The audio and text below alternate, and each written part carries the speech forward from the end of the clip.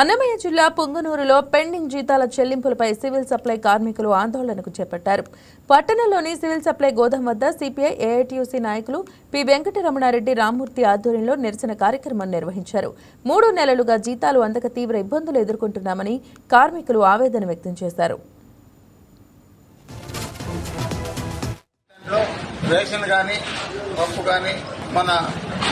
పేద ప్రజలకు అందించే కూపన్ బియ్యము, స్టోర్లకు అందించే బియ్యాన్ని సివిల్ సప్లై హమాలీస్ నిత్యం ఇక్కడ దించి గోడౌన్లు దించి స్టోర్లకి సప్లై చేస్తే ప్రజలకు సప్లై చేస్తారు.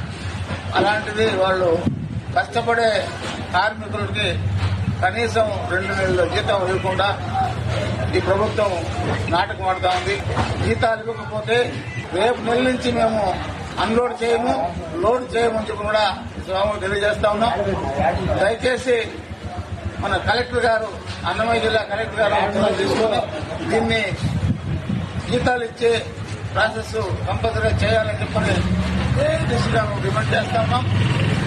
దీన్ని దగ్గరలోనే మా జీతాలు మాకు ఇవ్వండి చెప్పని మేము ఈ స్వామి తెలియజేస్తాం.